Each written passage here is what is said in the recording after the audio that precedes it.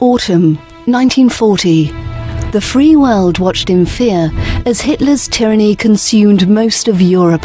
One by one, countries surrendered or quickly fell to Hitler's seemingly unstoppable Axis forces.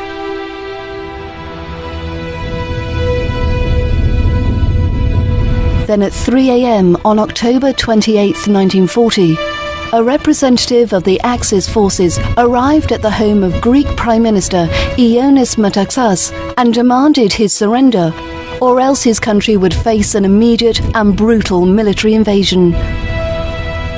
Metaxas defied expectations and replied with a single word: OXI. No.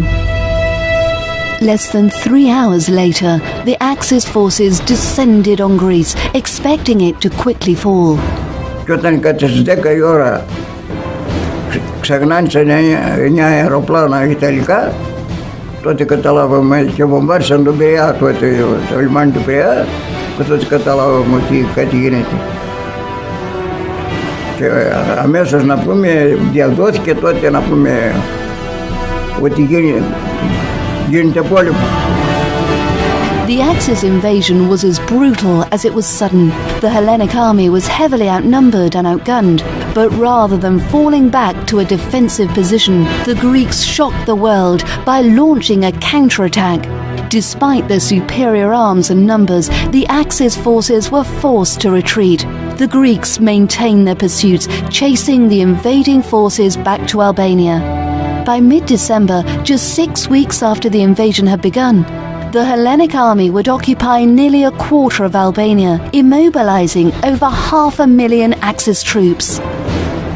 This led Winston Churchill to say, "Hence we will not say that Greeks fight like heroes, but that heroes fight like Greeks." News of Greece's victory flooded the radio airwaves and covered the front pages of newspapers around the globe. A grateful world celebrated.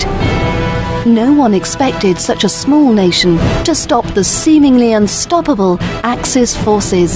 It was the first Allied victory of the war, and an act that inspired and gave hope to the world.